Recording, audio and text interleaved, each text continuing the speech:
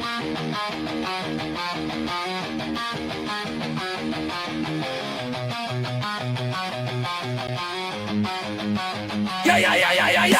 Wake up with coffee and sports. Sunrise glow, listen coast to coast. A flow like you know. Offensively, who made them? Oh, Patrick Mahomes. Sideline to sideline with plays to show. This network's got the spark. When you put up 300 yards rushing against someone, that you got your butt whooped. I feel like I would have liked to see Oregon Ohio State in the semis, not the quarters. So I think some reseeding is probably where I would change. But they're out of their mind. They're going to do this 3 quarterbacks in a row. Here's the crazy. I just can't take it. Birds keep flying high, fans cheering loud, and one podcast moving through the crowd. Meaty boys brawling, no holds barred bout. This wire life never in doubt. Tune into the vibe. That's my bold prediction for the show. Devin Booker, in the next 3 years, he will be a Houston Rocket. Because I still think Seth is still at the top of his game. I do. I think he's right there. Who knows? Maybe. Not this year, but one time soon. Why wouldn't we potentially see Seth and Roman? One more, you know what I mean? Tune in the vibe.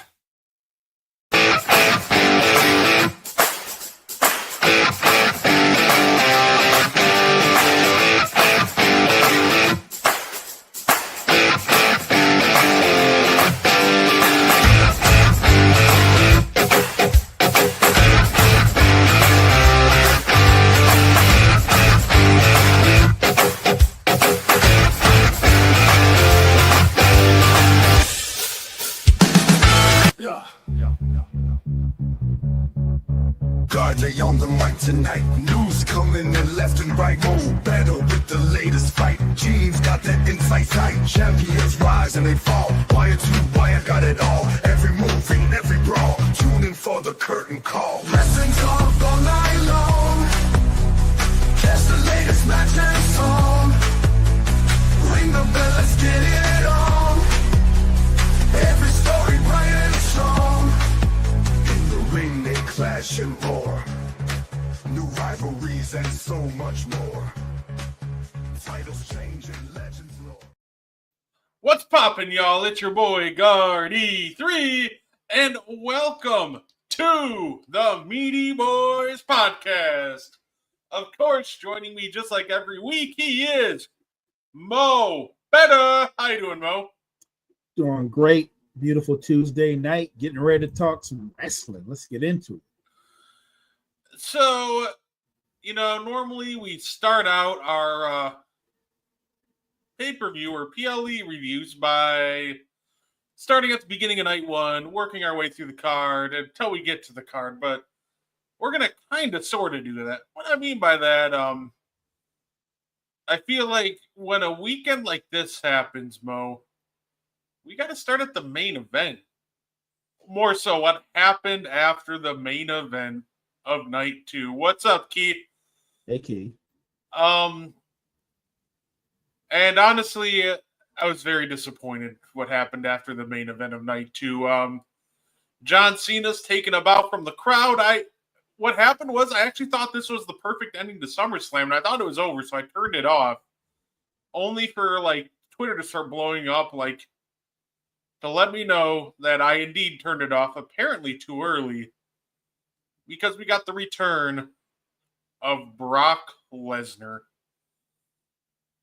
Key, I completely agree. Mo, I'm going to let you cook on this one first, and then what do you think about the return of Brock Lesnar? Isn't it something that you're excited about or are clamoring for?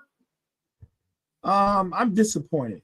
I am. I think that for years, WWE failed. I think they failed their talent. They failed their employees when it came to punishing those who were using their power to abuse people privately. Just everything going on with Mr. McMahon, with Brock Lesnar, and anybody else that participated in those acts. I think when you let that kind of misconduct slide for decades, And here we are now. It hasn't been, there's no trial date set because the WWE's lawyers, or Mr. McMahon's lawyers, are doing a great job of stalling things out. I don't know what the verdict will be, but what I do know is Brock Lesnar, he doesn't have clean hands in this situation. And I think bringing him back when you don't need him, he is not like you need him. Bringing him back when I feel like the storytelling has been better, it's improved. They've brought up some young stars. I think everything is going forward, looking good for WWE. Why would you bring back someone who has the baggage that he has on his shoulders? To me, that's like rewarding misconduct. Knowing what you know, when you bring him back at the end of the main event so that he can have an encounter with John Cena, that tells me you plan on he and John Cena basically going to war at some point and battling each other at one of the bigger pay-per-views. Why?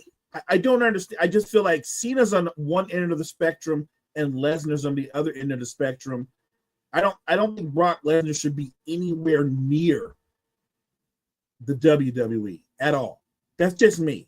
I don't understand what Triple H created. Whoever made that call, I don't get it. And I think it's wrong. And I think it sends the wrong message going forward. Yeah, I'm gonna. You know what? I'll start at the most basic level with this. Since people want to talk about separating the art and the artist, and what happening out of the ring doesn't take away from what he can do inside of it, etc. We're playing that card. Okay, you know what? I'll bite. Let's talk about Brock Lesnar in the ring, but trust me, we're not going to let it overshadow what's going on outside the ring.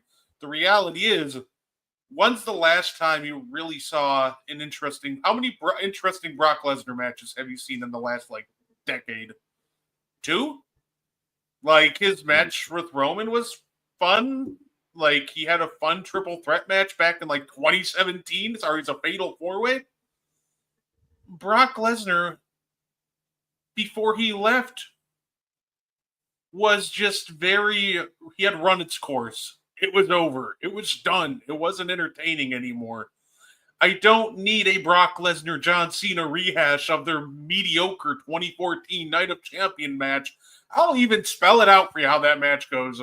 Bell rings. F5. Cena kicks out. Suplex, suplex, suplex, suplex, suplex, suplex, suplex. Brock takes a break to walk around the ring, screech like a pterodactyl. Suplex, suplex. John Cena hits a little comeback sequence, which Brock counters with, you guessed it, a suplex. John Cena hits another comeback sequence. He counters with the Kimura lock. Brock gets run into the corner and then gets hit with an AA and pinned. I've seen this match play out. Their best match is a solid, but not you really want to go back and rewatch it when it comes to singles matches. The Brock Lesnar well of creativity was just bankrupt. He wasn't an interesting character at this point before he left. So to me, bringing him back from a creative standpoint isn't even fun because you always left a Brock Lesnar match wanting more. And that's a problem. And the promo, what will that look like? Suplex City. That's the promo. There you go. I'm going to take you to Suplex City. Right. Right. People want to talk about, well, doesn't matter what's happening outside the ring. Let's talk about what's in it. Okay, inside the ring, he wasn't all that interesting before he, took his hiatus after losing to Cody 2 years ago at SummerSlam. But I think all of that is absolutely, completely irrelevant because bringing back Brock Lesnar has brought out the absolute worst in people. A lot of people want to say, well, he got cleared of any wrongdoing in the whole Janelle Grant case, but the reality is you're thinking of the UFC case with Mark Hunt, that he got cleared of wrongdoing. He's still actively involved in this litigation. In fact, he's mentioned 44 different times in these documents. The problem with that is you're rewarding misconduct, like Mo clearly stated earlier. You're rewarding misconduct. And for what? Do you want John Cena to fight a powerhouse? Call up Oba Femi. That sounds more interesting to me. Braun Breaker, Bronson Reed. There's more interesting options than 2025 Brock Lesnar. But once again, that is all irrelevant. Like, he is currently involved in a major sexual harassment, sex trafficking case. Like, you can say, yeah, it was mainly Vince doing it, but Brock's hands aren't clean in this either. And to me, the message it shows is it almost feels like now that the only reason Vince isn't back is because WWE doesn't have the creative lined up for him yet. So, the other bad part that this brought out, by the way, and it almost completely, it brought out all the worst people too. There are a lot of like different content creators and just people that obviously felt a certain way about Brock Lesnar coming back. A lot of men content creators, but there are also, there are a lot of female content creators that felt like, wrestling wasn't a safe space for them because you're bringing back guys like Brock Lesnar, who is currently embroiled in this case. And you got the, Brockenites or whatever you want to call these morons are in the comment section going, "Oh, Snowflake, do you hear the pop? You're just an idiot. They're making fun of everybody." I want to remind people of this. You are not allowed to tell somebody else how they feel. That goes both ways, obviously. But all because somebody's upset about, Brock Lesnar being back, that doesn't mean you get to make fun of him for it. There's very clear, issues going on with Brock. And the fact that people feel the need to go after a lot of these women who feel some way about a guy who's currently involved in a sex trafficking case is wild to me. So, obviously, I just want to say, I support, I support all the content creators and everybody that are, speaking out against it. A lot of my favorites already have, Make Yourself Famous podcast with Marissa and Johnny. There's a lot of different people that have, and guys like JD from New York who want to call people out for, crapping on Brock's return. If you want to crap on people for caring about what kind of person that they just brought back, go fuck yourself. I don't know how else to nicely put it. But at the end of the day, you don't get to tell other people how they feel, especially when it's bringing back somebody involved in a lawsuit just like this. They didn't need to bring Brock back. It's absolutely disappointing that they brought Brock back because now there's guys that can fill his role even better.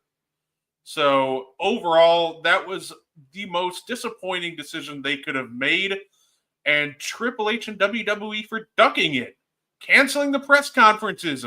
What did they do?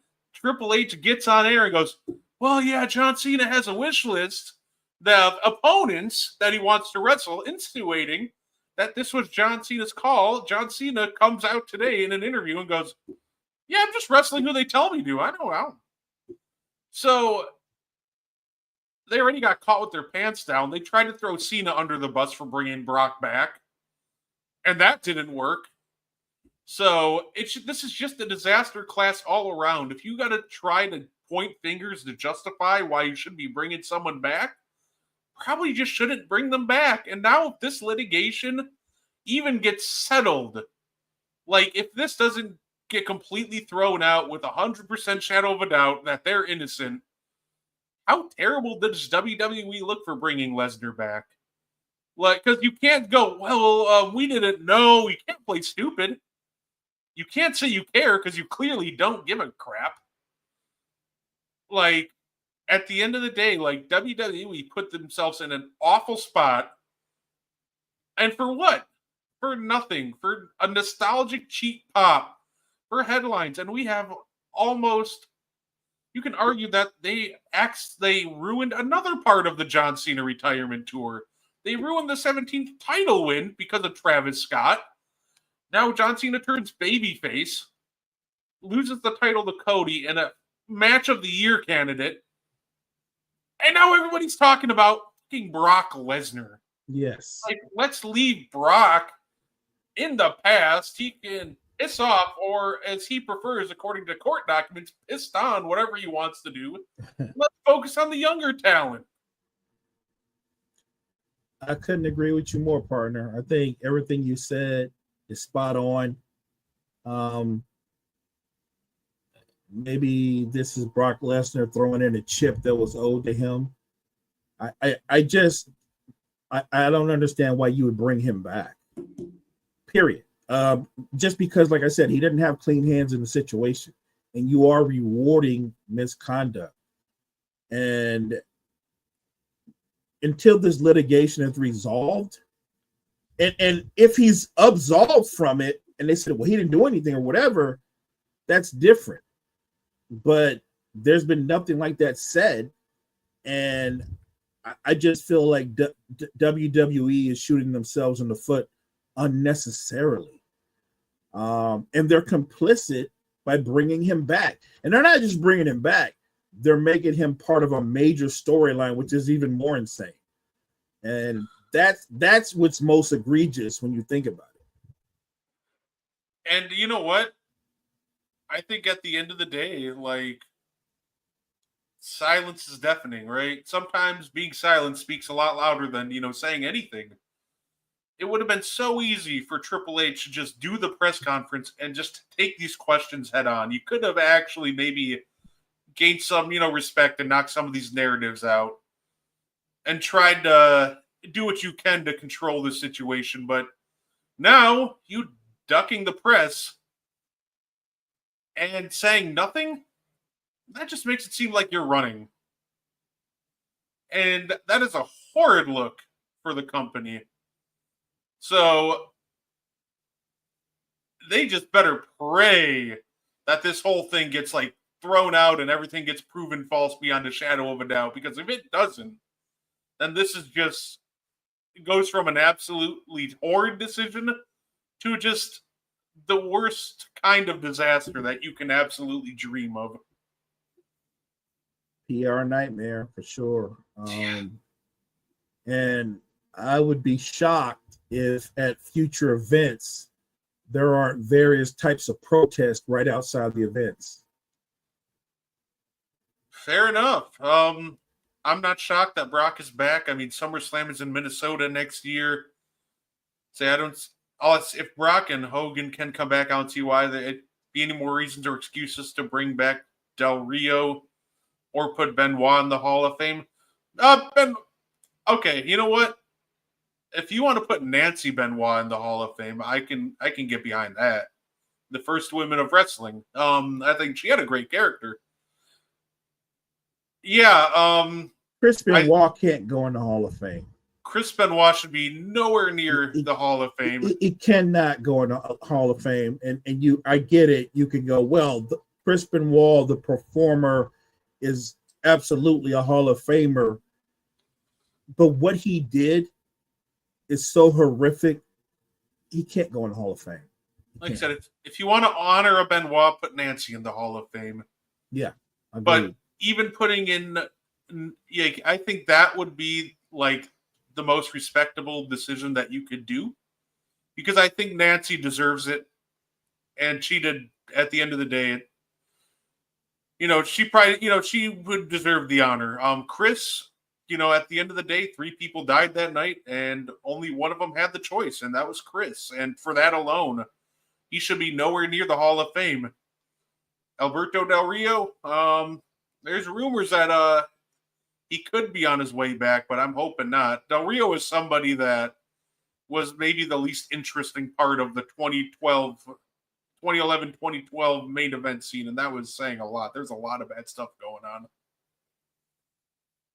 Not to mention, obviously, he has out-of-the-ring issues, so Facts. I'm just hoping at the end of the day that they kind of see the backlash and hold off on bringing back more controversial figures, to put it, for lack of a better term, I guess. I thought they were turning the corner away from all of those people that were involved in that.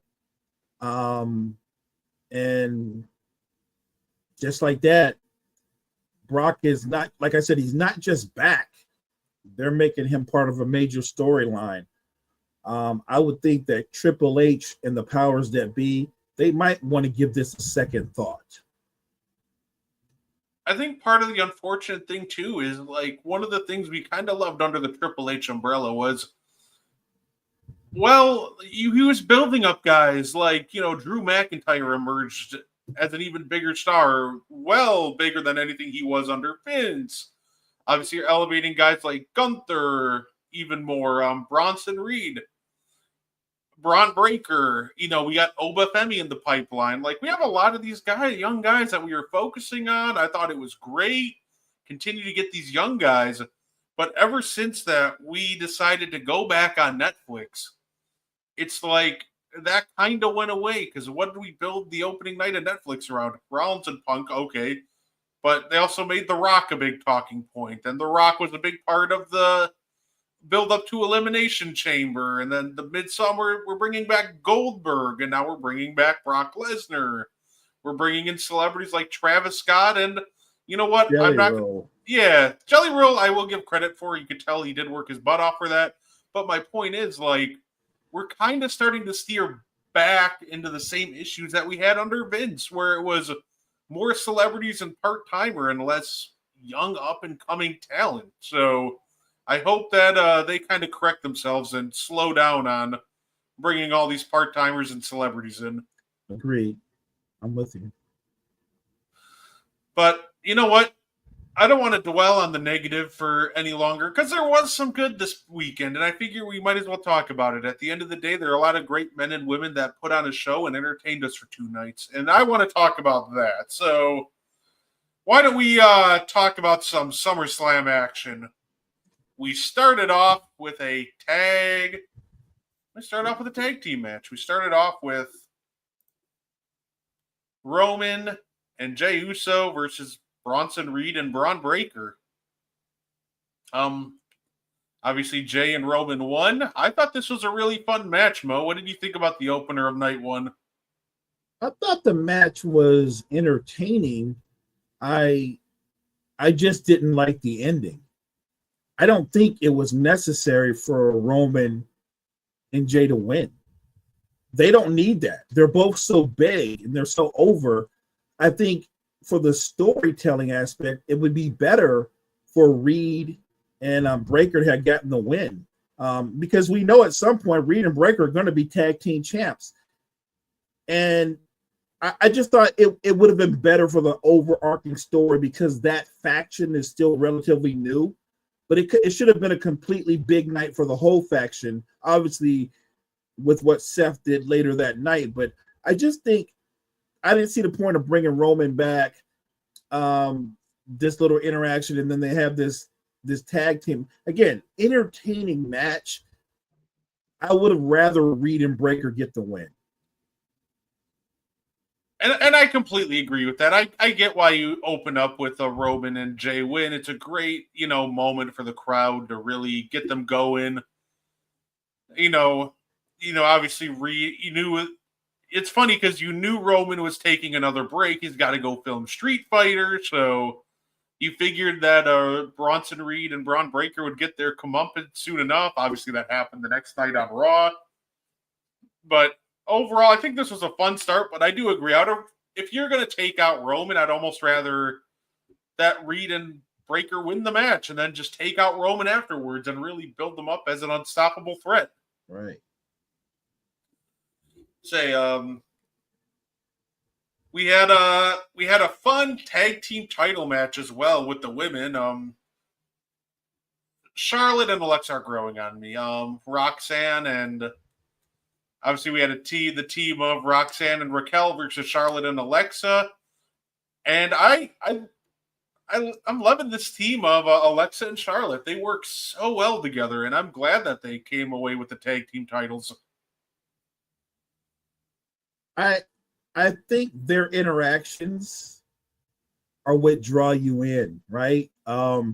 Because what they do in the ring doesn't come naturally necessarily, but they do have a natural chemistry. Even if they want to go and they're constantly doing the "we're not friends" thing, or Charlotte's saying they're not friends, but Alexa's like, we're friends. And I like that interaction, and I think it is a clever way to give. It's weird to say this, but to give Charlotte Flair, let's call it a mini makeover. Because she is one of the bigger stars in the women's division, but I think it's great for her to be a tag team champion. And I think that her and Alexa can have a long run. I think they're a very formidable team, and I don't see any one team out there being, there's some really good teams, but I think they're a formidable team. Matter of fact, I would say the team that they beat for the title is a formidable team. I will say, I think they're doing right with this tag team title run as well. You can tell by the next night on Raw. When's the last time you've ever heard Charlotte get a "you deserve it" chant? Even she acknowledged it. She's like, I've never gotten one of those before. Thank you, Brooklyn. Facts. That was her first one. And like I said, she's a great performer, but when they brought her back this last time, the WWE universe kind of spoke and said, no, we're not feeling it. We're not feeling that you're just going to put Charlotte right back on top. And I was okay with that. I think this mini makeover has been a great fit for her, a great image rebuild. And I do think her and Alexa Bliss have great chemistry. And I'm hoping they have a long run. I think they can have a nice run. And I think they can elevate the tag team division. Yeah, and I said it before, and I'll say it again.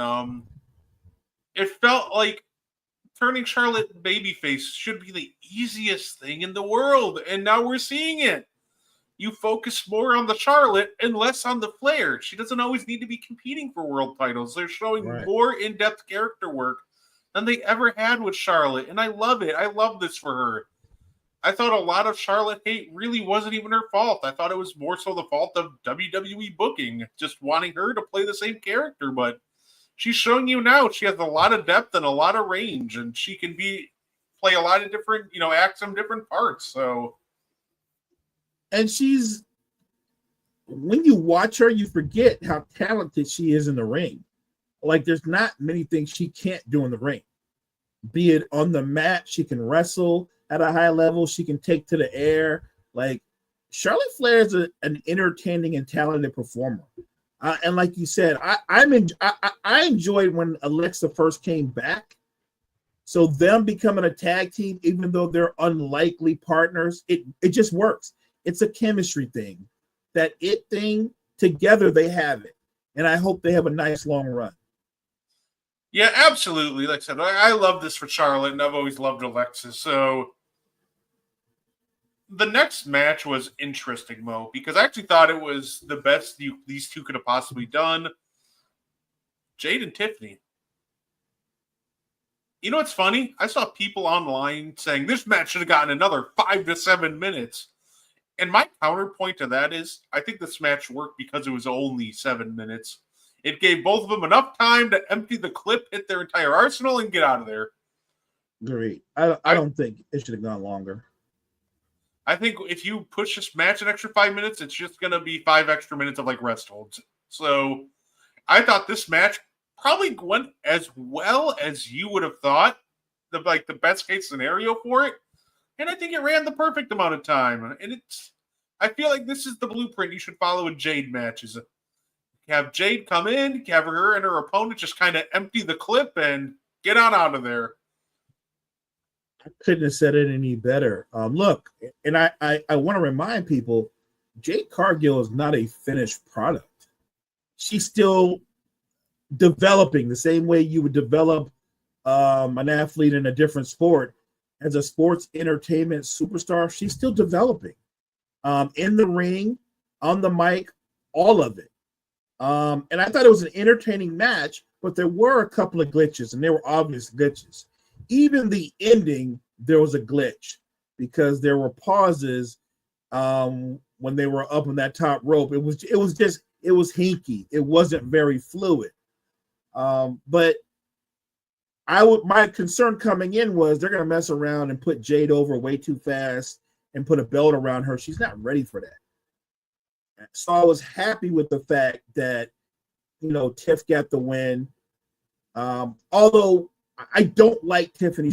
I do not like her as a face. I don't. There's something missing with her as a face. And it's funny because she's a face, but when she's on the mic and she speaks, she sounds like a heel. I think she's just a natural heel. It's weird.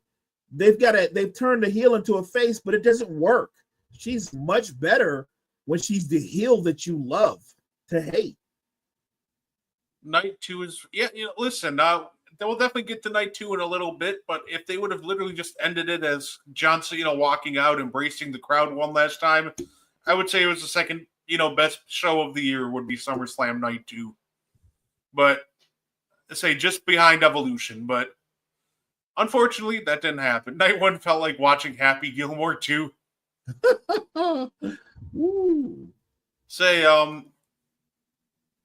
Sami Zayn versus Karrion Kross. Very it is a match. It happened. I'll give them credit. They tried telling a story in the ring, but the actual match itself just wasn't great. It's weird, Mo. It was like one of the best it was a better cross match, but it was a very mediocre Sami Zayn match. And I think I would agree with that. And I think it's just very telling. Like I said, I hope the best. Apparently, Cross's contract is up. I hope it gets renewed. I never hope anybody gets fired and loses out on income. Same. It feels like with Cross, he's not able to match his opponent's intensity in the ring. Like he can't pick up the pace when they do. So they have to come down to his speed, and it results in things like this where it's like I said, it's a great Karrion Kross match, but it was a really mediocre Sami Zayn match, which is very kind of hard to do considering how great of a technician Sami Zayn is. He's very methodical. Karrion Kross is. If you want to comp for him, there's an old school wrestler who their wrestling styles are almost identical, and that's Don Morocco.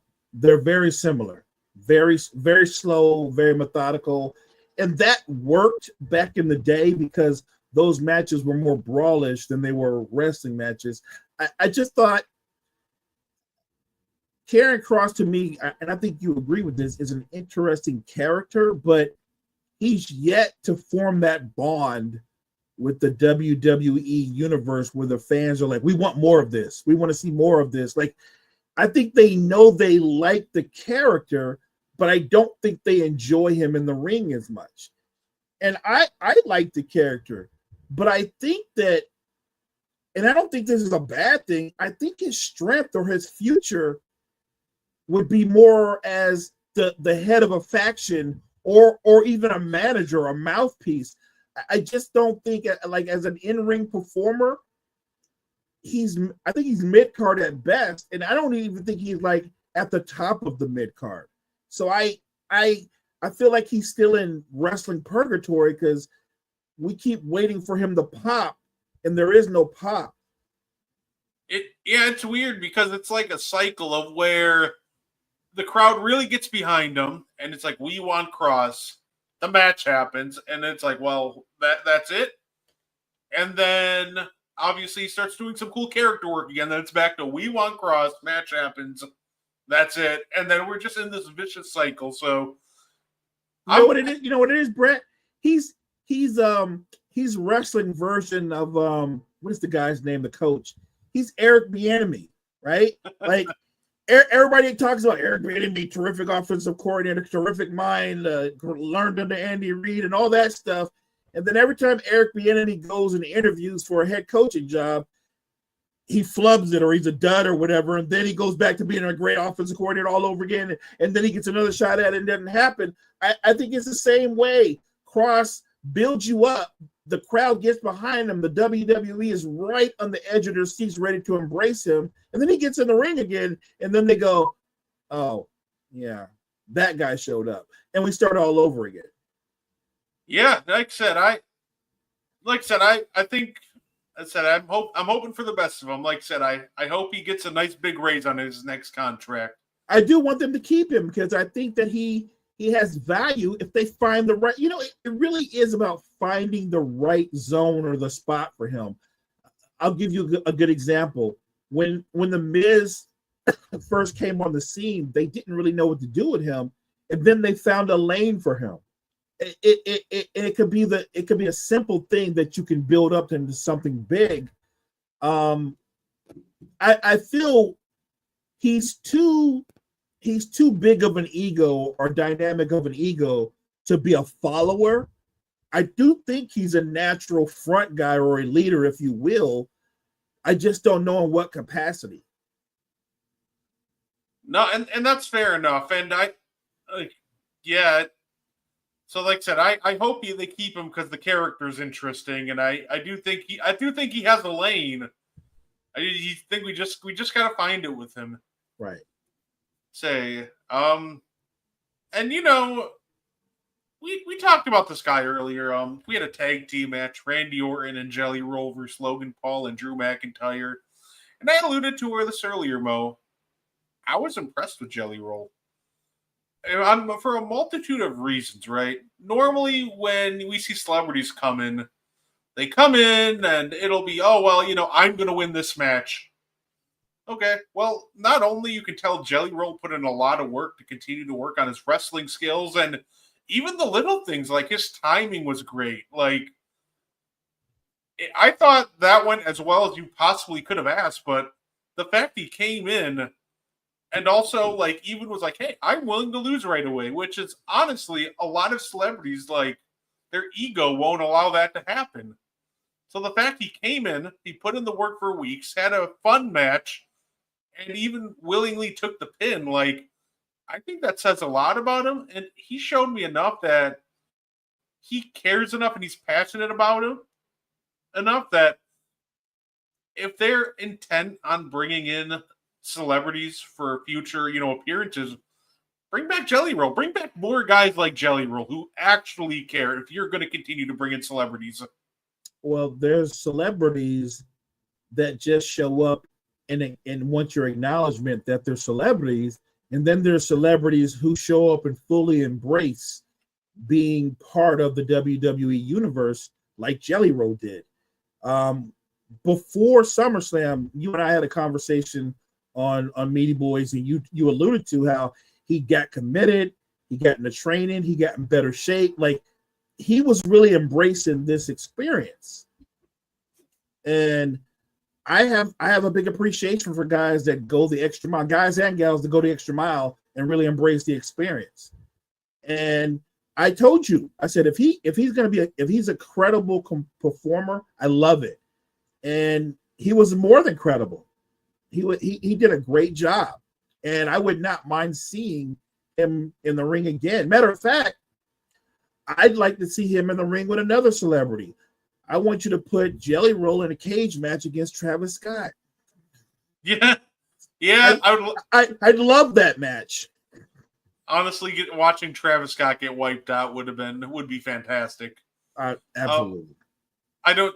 Yeah, did you see that, Mo, by the way, that little clip from after? Because they didn't do the post SummerSlam press conference. They had their post show. So the fans, for anybody that didn't see it, were chanting, "We want Cross. We want Cross." Triple H turns around and goes, "You want Brock? You got him." I was like, yeah, we can twist that one, Triple H. What?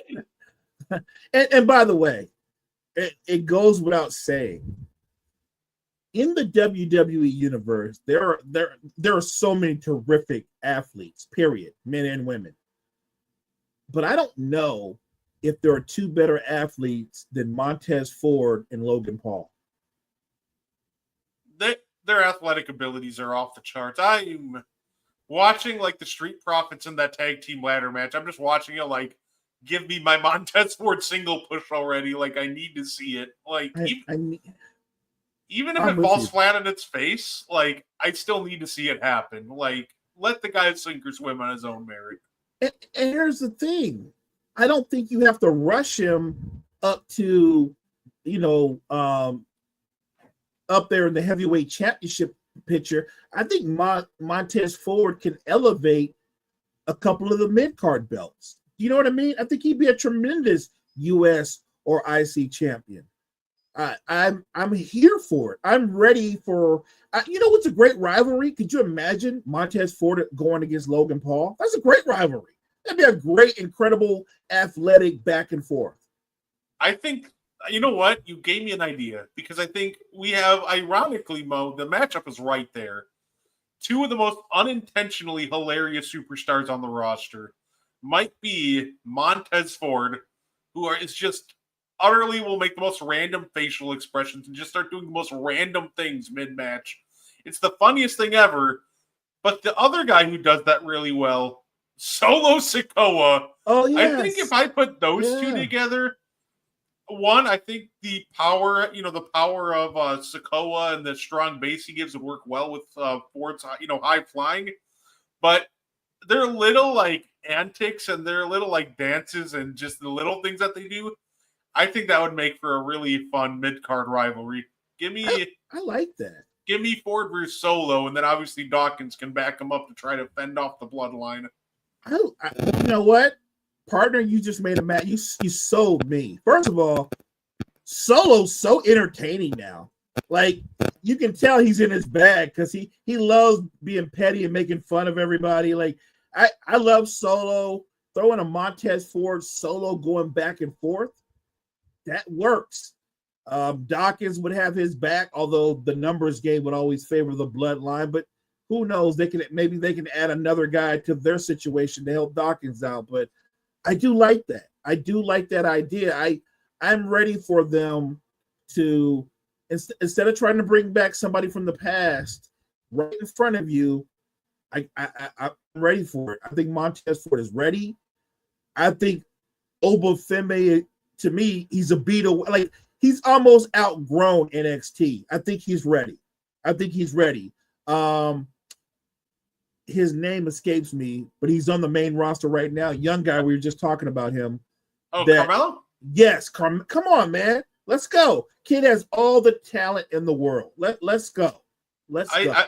I'd say, yeah, it'd be fun. You could get a couple of guys to join the Street Profits. I think Carmelo Hayes would be a fun choice, but I also think another fun name, if you want to bring up somebody from NXT, Javon Evans is an absolute another freakish athlete. Yes, he's also an insane athlete, and I think he could really learn a thing or two working with the Profits.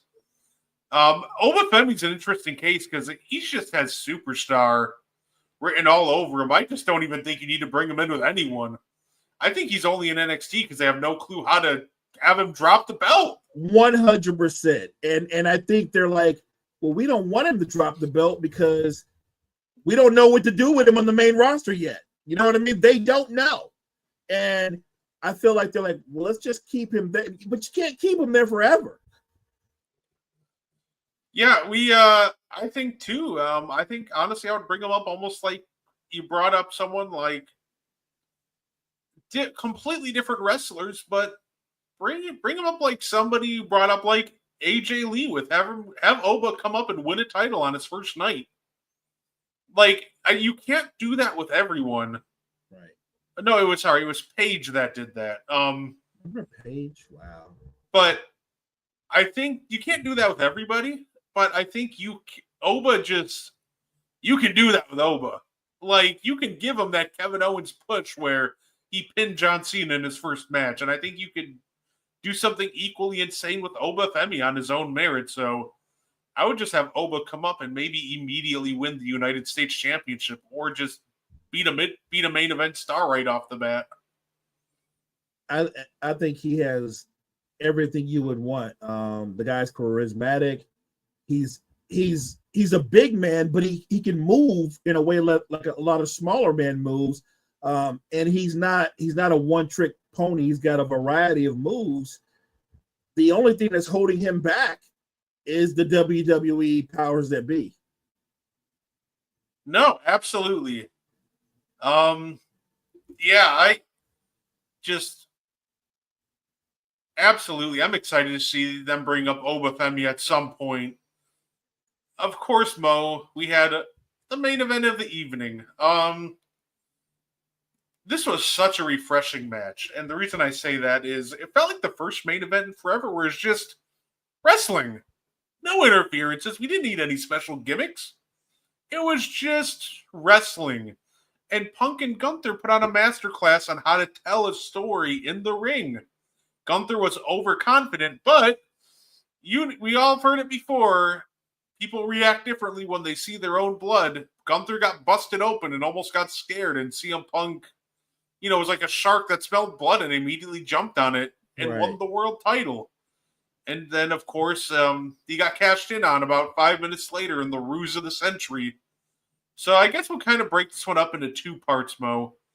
What were your thoughts on the match? And what were your thoughts on the cash-in? What made the match compelling for me was the story being told during the match. It was CM Punk, even though he's the physically smaller man, seemed to be the tougher man.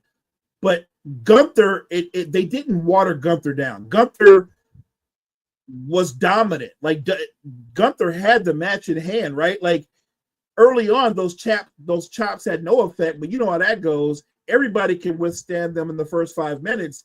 Then 10 minutes later, ask me how you feel about him. He had CM Punk where he wanted to, but we've seen Gunther do this before. He can get overly confident, a little arrogant, and it cost him. And I don't think he was in trouble, Brett, till like when you pointed out, when he saw his own blood, he completely lost his composure and was disoriented the rest of the match. And CM Punk wasted no time taking advantage of that and putting him to sleep. I think it's great. Like, I love them giving Gunther that weakness. I think the thing with, it's funny because people keep complaining, I see people complain about, well, he keeps getting, overconfident and overcocky. He keeps losing because of his ego. And I'm like, oh, yeah, obviously. I think characters like that are more intriguing when they have a flaw because they can lose at any moment because of it. I thought it was a great match. And it was a great story being told. To me, like I said, it showed that at the end of the day, you can tell a compelling story in the ring. As much as you can outside of it, at the end of the day, you can also tell stories in the ring. And I thought they knocked it out of the park. They did. And I really feel that my concern was not whether or not Gunther won. Because I really believed it was going to be Punk's night. I'm not going to lie. The whole time I'm watching the match, in the back of my head is the NFL genius going, Seth Rollins is coming. It's gonna happen. And I was like, it's gonna happen. Or maybe it's not gonna happen. I kept going back and forth. But be that as it may, my concern was or is, what do they do with Gunther going forward? Because I think he's too good, Brett, to relegate him to go back to mid-card. You feel me? Right? He's too good for that. And yet, when you look at the two main belts, it's so crowded. It's so crowded at the top. Even when you think months from now or whenever Cena's going to retire, it's still super crowded. And I'm wondering what space do they have for Gunther up there again with Punk and Rollins. Roman will go away, but Roman will come back. And don't forget, there are guys at the mid, I guess you call him mid card. I think he's more than that, or he'll eventually be more than that. Breaker's going to get a belt. We know he's going to get another belt. So I'm just wondering, what space do they have for Gunther? I think, let me see if I can sell you on this. I think I know what I would do next with Gunther, and I think it's really simple. So I think first is he does need surgery on his nose. He has a nose. He's going to be out for indefinitely, they said, and I would take full advantage of that. I would have Gunther's next match. I'd give him a couple months off, maybe September, October, have him come back sometime in November. And I would make him John Cena's last opponent. Really? I don't think that, it's funny because I'm trying to think what's next with Gunther. And I think if you're trying to build up a star, Gunther's only, I believe, 37 years old. You can get another solid, decade out of him easily. Facts. And, what's next? What's the next best thing besides the world title scene? I think it's retiring John Cena. And I think that would be a great, dream match. I think Gunther could get dragged, get the absolute best out of John Cena outside of, running a third match with Cody Rhodes, but I wouldn't touch perfection. I think that at the end of the day, I would have Gunther come back in, November and confront Cena. And he can also, you could take pride in knowing he was the guy that retired both Goldberg and John Cena in the same year before setting his sights probably on the world title again. I'm not at all opposed to the idea of Gunther being the guy facing Cena for his last match. Although my gut instinct tells me that WWE always goes for the big shiny thing. I don't think Gunther's shiny enough to be John Cena's last match. They're gonna it'll be a bigger name. It'll be somebody that he shouldn't be his last match, but it wouldn't surprise me if they did try to make Rock his last match. I don't want to see that, honestly. I'd rather see somebody that's a full-time performer get in the ring, compete with John Cena, and that be his final match. But if it's Gunther and you're right, I would love that.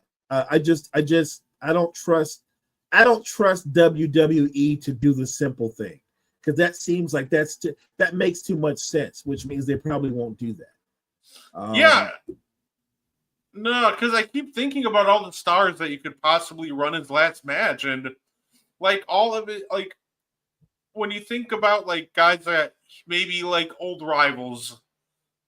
The only old rival I'd maybe want to see him face in his last match is AJ Styles. Because we already ran through the Orton, we already ran through Punk, which would be the other two. But AJ Styles still probably can give John Cena a hell of a match on the way out and take the loss, and it doesn't bother him. After that, it's all the bigger names, I'd almost rather see a full-timer, like you said, if it's not someone like AJ. Right. Give me someone like, Gunther, Breaker, who could use the rub. I don't... What belt has John Cena not held? Is it IC or US belt? Which one has he not held? The IC title, and that would almost be perfect. So let AJ Styles win the IC title.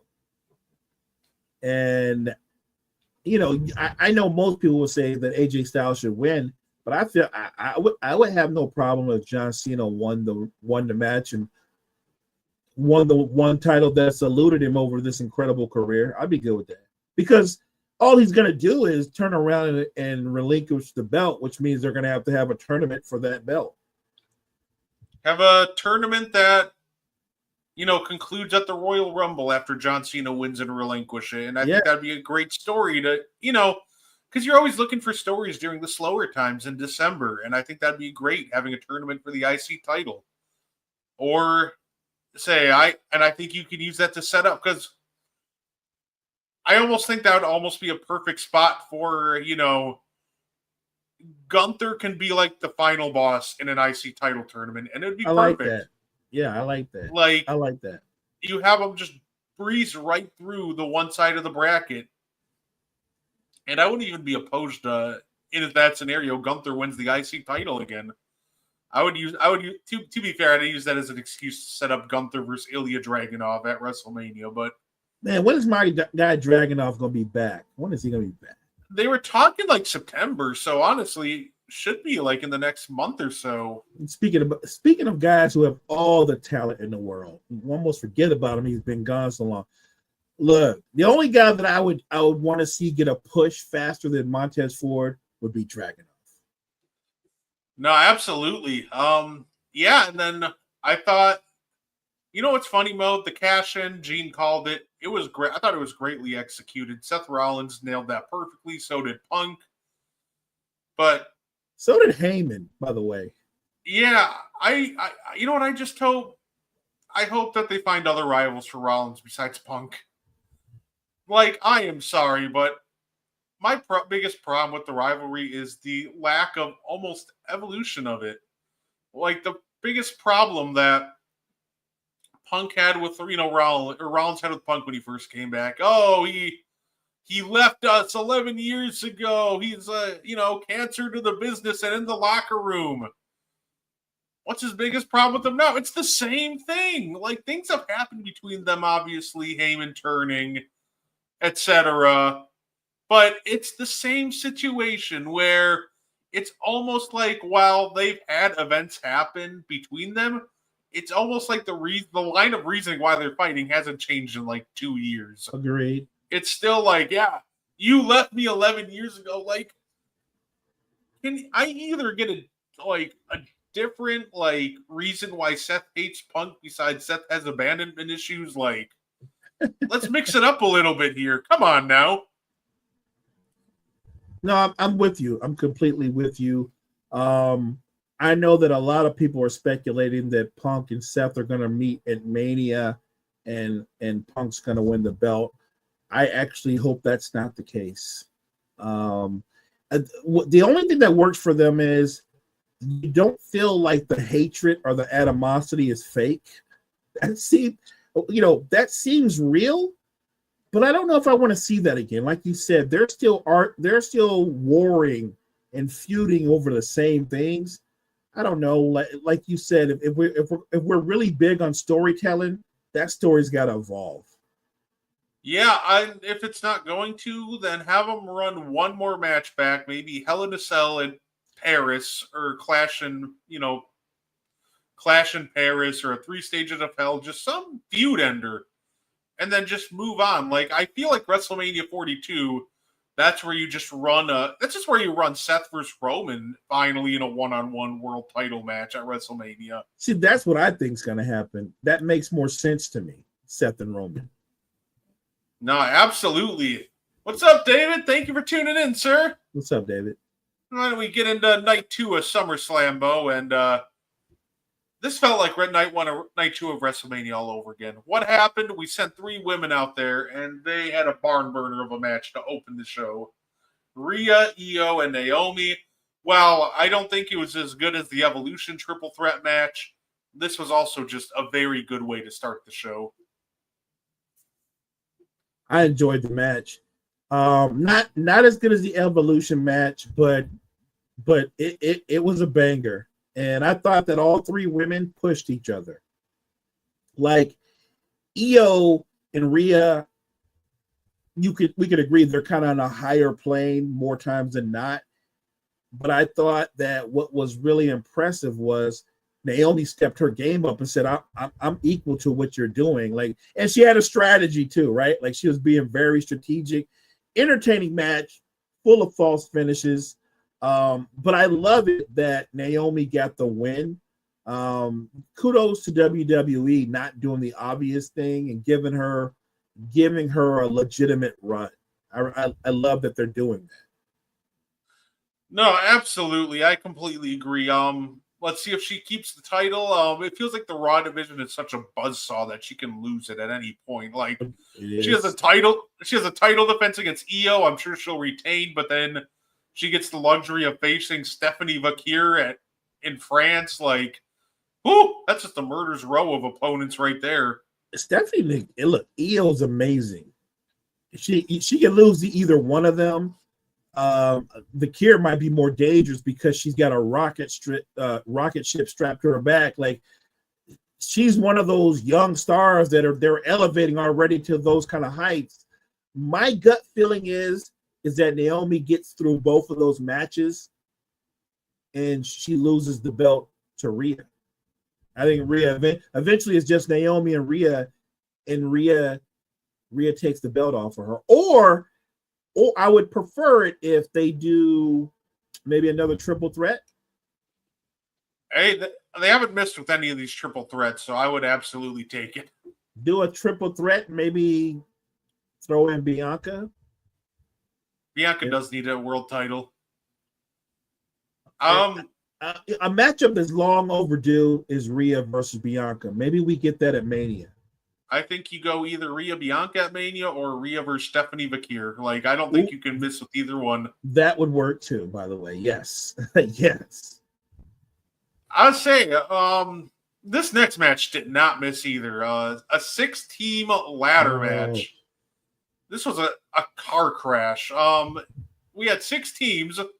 The entire Wyatt 6 also got obliterated. Candice LeRae went flying off a ladder. Like, she was a trooper for doing that.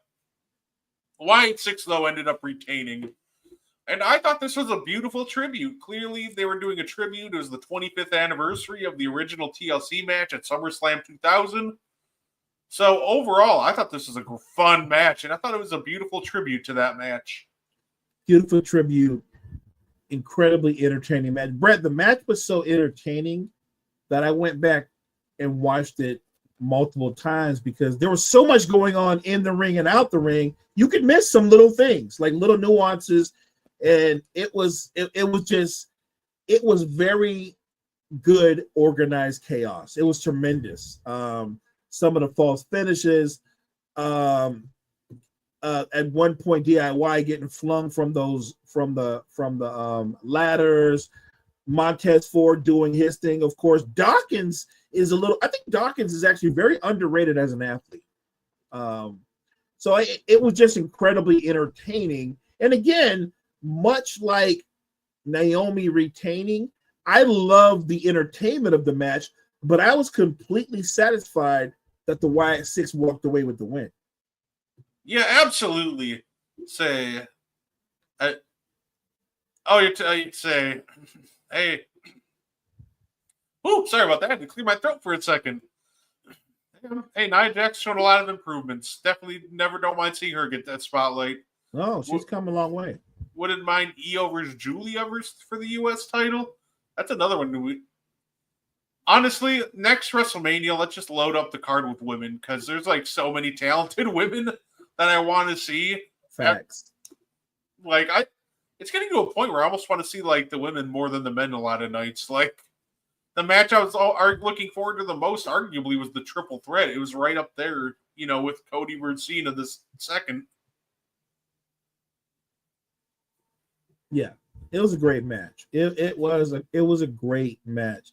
Look, night 2 didn't disappoint me. I know some people said that they didn't like the ending of the Cena match, but I look, if he was gonna lose, I would rather him lose the way he lost, because all I know is John Cena looked magnificent in that match. Am I the only one that saw what I saw? Like, he was amazing. Like that's kind of what I thought I was gonna get the first time he and Cody were in the ring. And not that was a bad match, but it cannot compare to what we saw at SummerSlam.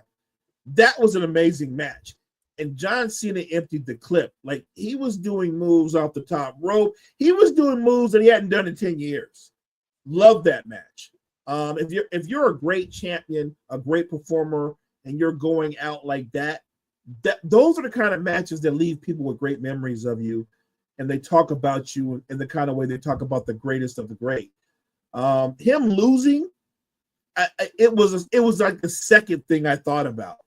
Cody winning was second to how great a match it was and how great a performance I thought John Cena put on. If John Cena decided to just, after the match, go, you know what, guys, actually, I'm going to retire tonight, I would have completely understood. Like, that, to me, that would have been like, that's like Peyton Manning going out on a Super Bowl. Like, I don't know if it gets better than what we saw at SummerSlam between those two. Like, that was just an absolutely terrific match. That was, Cena turning back the clock. There was a lot of great spots. Yeah. Especially when they started fighting under the stage and John Cena and, all of a sudden comes up to Cody Vader there with Cody on his shoulders. And yeah, my goodness, he just threw him like down the stage. like luggage. He tossed him. But the look on his face when he was coming up the Cody, that was amazing. That was an amazing moment there. That match had so many amazing moments. I don't know when people go they're disappointed. I'm like, what match were you watching? Because I know what I saw. And John Cena's performance exceeded anything that I could have hoped for him to do at this stage of his career. And Cody he matched him as well. Cody sold it as well. I thought both men were tremendous. And I know some of us talked about the potential of a Cody heel turn, but it didn't happen. That doesn't mean it won't happen at some point, but it didn't happen. And maybe Cody's taking a stance like Cena, where he's like, I'm not turning heel. Maybe he won't turn heel till he's about out.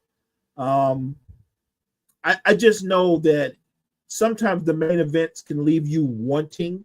That main event left me wanting more because I was so entertained. It had me wanting more. I don't know if there's ever been like a bigger difference in match quality between a first and a second match together, right? Like, they literally went from one of the worst, like, if we did a worst match of the year list for Meaty Boyz Awards show, like that match, or most disappointing, probably a better word for it, that match would be on there from WrestleMania. Agreed. But now, like, I literally put Cody versus Cena in my match of the year for the end of the year. So that's going to be an option most likely. So he turned back the clock. It was terrific. And, like, the rest of the wrestling was great, too, on the card. Dom and AJ was fun. I loved AJ's lowrider entrance. I might pick that, by the way, on who had the better lowrider entrance. That was pretty dope. And that was actually a very good match. I thought that match showed you, we already know how big a star AJ Styles is. Terrific performer. But I thought that match solidified how good a performer Dom is, right? Like, because we still think of him as a kid, like, oh, that's Rey Mysterio's son, but Dom is a beast. He's very strategic and very smart.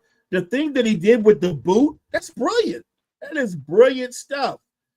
Dom is a bad man. Like, I feel like Dom might hold on to the belt for a minute. I love the spot with the boot. That was fantastic. And when the worst match of the night was Solo versus Jacob, which I thought was. Entertaining in its own right. Like, you probably just had a fun night of wrestling matches. I thought it was the weakest match, but I agree. I mean, not that it was a bad match, it just wasn't on par with the other matches. And that match, of all the matches on night 2, they had the most glitches or mistakes, if you will, in their match. They had way too many of them. It was an entertaining match, but it was a sloppy match. And I get it. Solo got the win. I get that because, again, I think Jacob is better when he's chasing you than when he's the guy with the belt. And plus, like, it gave us that awesome moonsault off the top of the cage after the match, and that made it worth it. Yeah, that alone, when he stopped at the ropes, then he said, "Nah, that's not high enough." I was like, "No, he's not going there." He went there. A big man like that with the kind of agility Jacob Fatu, it's amazing. It's amazing. Yeah, and like the one match that we haven't talked about yet, I thought that was also just very terrific. To me, honestly, this match was actually better than the triple threat match, the Lyra versus Becky match. I thought those two absolutely knocked it out of the park, and then Bayley did great in her role, adding to the match and costing Lyra. Like, overall, like, they pulled out all the stops. They pulled out toolboxes, zip ties, kendo sticks. Like, they did. They left nothing to the imagination. I thought Becky Lynch just solidified how great a performer she is. Like, she sold it so well.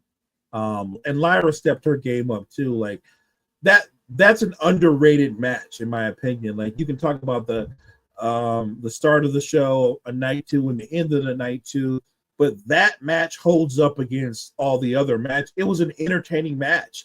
And yeah, you're right. Even Bailey coming in and her role in it kind of elevated the match and the storytelling. And it also opens up the door for that feud isn't completely over yet. Although because Lyra lost, Lyra can't challenge Becky for the belt anymore. But you know how that works. The storytelling is going to go like this. Becky's going to lose the belt to Bailey. Then Bailey is going to get challenged by Lyra. Then Lyra will get the belt back. Yeah, and then with Lyra, like, she's starting to show that she very well is trending towards a direction where she could be ready for the main event scene soon, giving another stacked, main event scene on Raw, like another main eventer, and you have another main eventer in Julia on the other side. Oh my God, the women's division is so deep. That's why, like, when Triple H wouldn't commit to another Evolution, I'm like, do it, coward, because I need to see it. Like, they're so deep, like, you don't even need to overthink it. Just literally let all these women in the ring and be like, here you go, wrestle each other. Which is what happened with this year's Evolution. Give me Evolution 3. Do exactly what you did this year. You don't even need the cash-in, because even without it, it was great. And the cash-in just kind of pushed it to just all-timer. Right. So, literally, the women's division is so deep. It's my favorite. I think right now it might be my favorite part of WWE. It is mine. Nah, absolutely. So, like, there you have it, guys. Like I said, I think overall, SummerSlam was actually enjoyable outside of what happened after the John Cena match. Like, yeah, I got nothing to say about that. So, yeah, I've already said enough about it, and facts. I'm not really planning to give, like, I'll say this right now too. I don't plan on really giving Brock Lesnar any attention, even if he's on TV off of it. Like, I'll talk about John Cena. I'll talk about anybody. I think there are a lot of people that deserve to be highlighted. And I don't think, we should stop spotlighting some people that deserve it all because of the actions of one man. Agreed. So I think there's still a lot of great things to talk about when it comes to, talent-wise. Like, we were talking about the women's division, Lyra, Rhea. There's a lot of great up-and-comers in the men's division. So I still plan on, talking about WWE the same amount. I saw a lot of people were saying that they're going to stop watching and talking about it. I'm still going to talk about it. Still going to watch it. I'm just going to ignore the whole Brock Lesnar thing that's going on, whatever he's doing, which, unfortunately, it's a rivalry with Cena, so I might not be talking about John Cena that much for a month or so, but oh well. That's not someone I'm putting a spotlight on. Agreed. Before we get up on out of here, Mo, is there anything you wanted to add? No, I just really appreciate how energetic and lively the chat was, especially with Damian and David and everybody else that joined us live on whatever platform you're joining us live on. Thank you guys for showing up. Thank you guys for rocking with us again. Appreciate you guys for tuning in to Meaty Boys. Absolutely. And check us out next week. We'll be talking more wrestling. We'll be talking AEW, WWE. We'll continue to have fun and provide you some content. Check us out on Thursday. We're going to be doing some more all-time historical stuff. And, eventually soon, maybe sometime in the couple weeks, I got to do another top 30 predictive list this year, I think, Mo. Last year was a lot of fun. And I think I'm going to do another one this year for And One eventually. I like it. But until then, thank you very much for tuning in, and please enjoy the rest of your night.